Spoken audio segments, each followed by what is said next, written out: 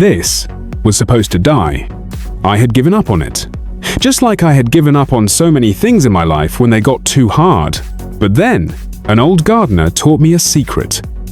A secret that didn't just save this plant, it changed the way I saw every struggle in my life. What if I told you that resilience isn't about being unbreakable? That sometimes the strongest growth comes after you've been bent, cracked, almost destroyed? This is the story of how a dying plant taught me the true meaning of resilience, and why sometimes the most broken things have the greatest capacity to grow.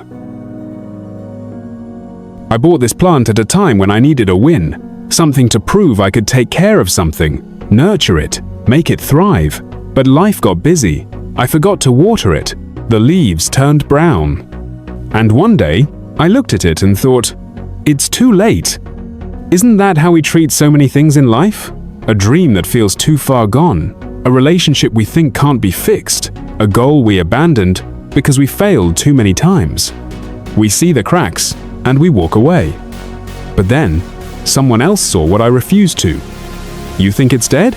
Look at it. The leaves are gone. The soil is dust. It's over. Ah, that's what most people think.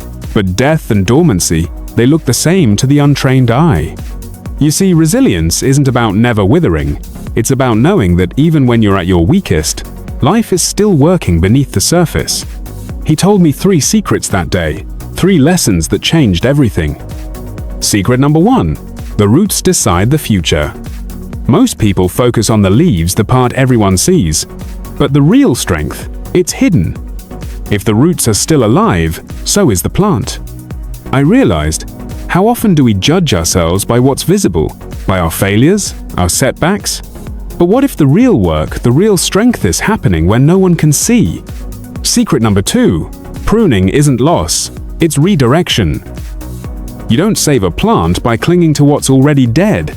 You have to let go to make space for new growth. How many of us are holding on to dead things? Old regrets, past versions of ourselves, relationships that no longer serve us. What if resilience isn't about holding on, but knowing what to release? Secret number 3, the right conditions matter more than willpower.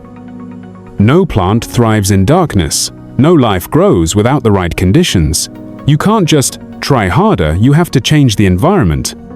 I thought resilience was about gritting my teeth and pushing through, but he was right. Sometimes, the bravest thing you can do is walk away from toxic soil.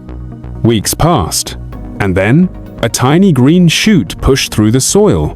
That plant didn't just survive, it grew stronger than before, and so did I.